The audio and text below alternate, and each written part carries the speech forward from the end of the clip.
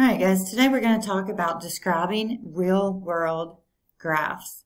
So basically taking words and using the words to describe what we see in the graph. So for number one, it says, the graph shows the height of a roller coaster during a single ride. Describe the roller coaster ride.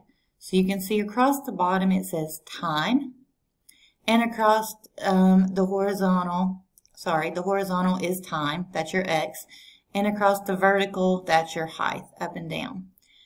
Okay, so let's describe this in words. Alright, it looks like the roller coaster left the gate and climbed up a large hill before a decline. The roller coaster climbs again and then declines on a smaller hill. Then there's one last hill before a large drop, and then the ride ends. So let's put that in writing. Alright, so the roller coaster left the gate, climbed a large hill before a large decline. The roller coaster climbs again and declines a smaller hill. There is one last hill, not as large as the first, but larger than the second, before the decline to the end of the race. End of the ride, I'm sorry, not race. Alright, this time instead of explaining the graph, we're going to draw the graph. So, sketch a graph given each scenario. So in a single day, it snowed lightly during the morning, then heavily for the rest of the day. Graph time on your x and total snowfall on the y. Alright, so I'm going to put time on my x and total snowfall on the y.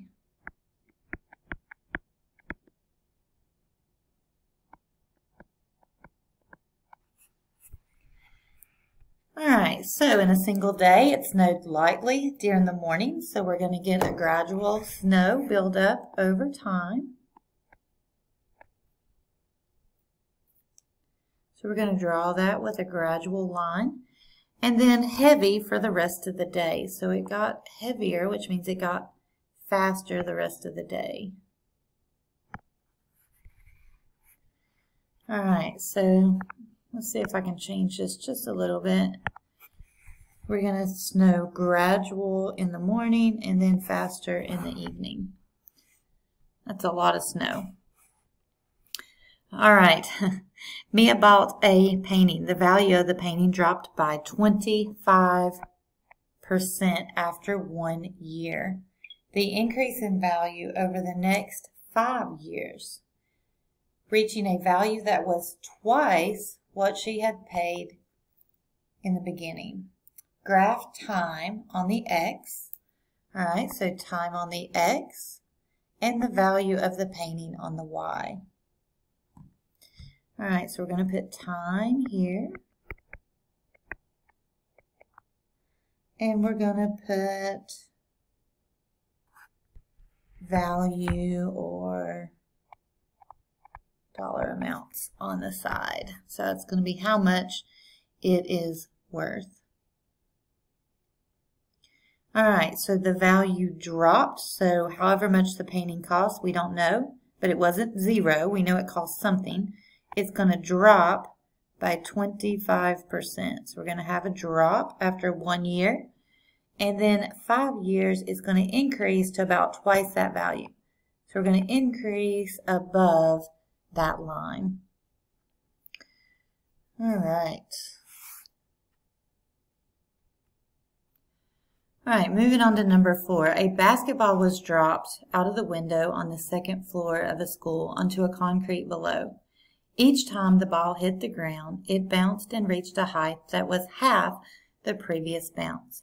It continued doing this until it settled on the ground. Graph time on the x and distance from the ground on the Y.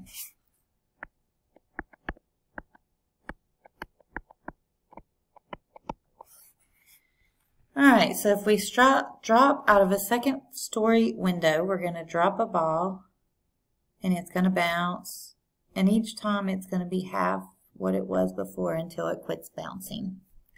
So as you can see, these graphs are a sketch. They're not going to be perfect, but what it's supposed to do is represent what we are saying with the words. So it's just a picture for what we're trying to describe. Okay, number 5. Jace is speeding on a highway and gets stopped by a police officer. The officer gives him a ticket and he continues on the highway. The graph time on the x-axis and speed on the y. So we're going to have time and speed.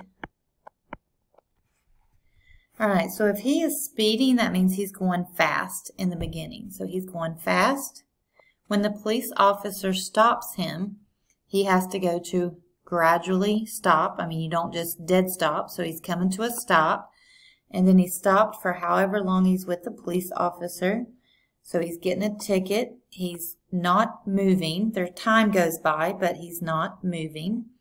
And then he's going to speed back up, probably not quite as fast as he was going when he got his ticket, and continue on his way.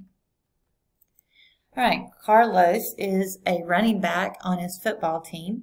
He ran the same number of yards in each of the first 6 games. So he did the same thing in 6 games. That means it's going to be kind of continuous, like it's going to be linear. It's going to be the same thing or the same rate each time. After the 6th game, he did not play for the rest of the season due to an injury. Graph games on the x-axis and yards on the y. So games.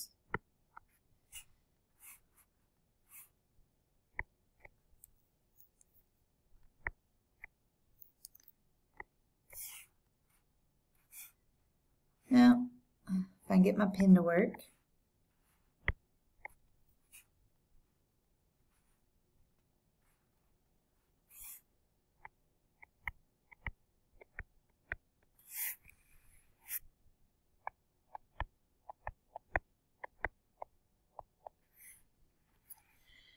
All right, games on the X. I'm just doing what it tells me. Games on the X and yards on the Y. Okay. All right, so if he's running the football and he's running at a continuous rate or a constant rate, we call a constant rate, it's increasing by the same amount each game. And then once he gets hurt, he has this many yards this time in the season, but he doesn't get any more, so it becomes flat after that. So the number of yards he scored in the first 6 games will be all he scores for the year. Alice drives a school bus. On her morning route, she stops at every block to let students on. Graph time on the X.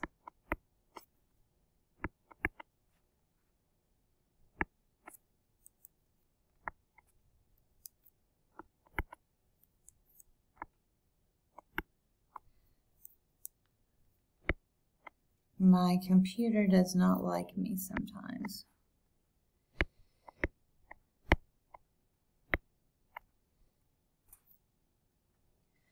All right, so Alice is going to start driving, and then she's going to stop, and then she's going to continue driving, and she's going to stop, and she's going to continue driving, and it kind of goes this way because time is going by, and she's going to stop and continue and stop and continue, where she stops at every block. And again, each graph may look a little bit different, but you should get the idea from what the expression says. So what you have to do is It may not be perfect. It may not look exactly like your neighbor's, but it's going to look hopefully somewhat similar. All right, number 8, Ray started his workout by running on a treadmill. His heart rate rapidly increased and remained high during his run. After the treadmill, he lifted weights. His heart rate increased and decreased during that time. So his heart rate is going to rapidly increase. So it's going to quickly go up. So quickly goes up. It's going to stay kind of high while he's running. It may not continue. It depends on what pace he runs. But it may increase a little or it may stay more constant. So your line may be a little different than mine. But once you get to a high heart rate, hopefully it doesn't continue to increase. Once he stops running, his heart rate will immediately drop. But then as he lifts weights, his heart rate will go up and down depending on what he does while he lifts. All right, the last one. Now we are going to match graphs with the best scenario. Carrie, Luke, and Mason received the same allowance each month. Carrie spent a small amount of her money in the first half of the month, then spent the rest in the second half of the month. Luke steadily spent his, okay? Luke steadily spent his money throughout the entire month. Mason rapidly spent his money in the first half. Match each child's spending with the correct graph below. All right, so the thing I see that's the easiest, Luke steadily spent his money, which means he spent his money at the same rate or a constant rate the whole time. So this would be a constant rate of spending. So we're going to go Luke spent his here. All right, Carrie spent a small amount in the first half and the rest in the second half.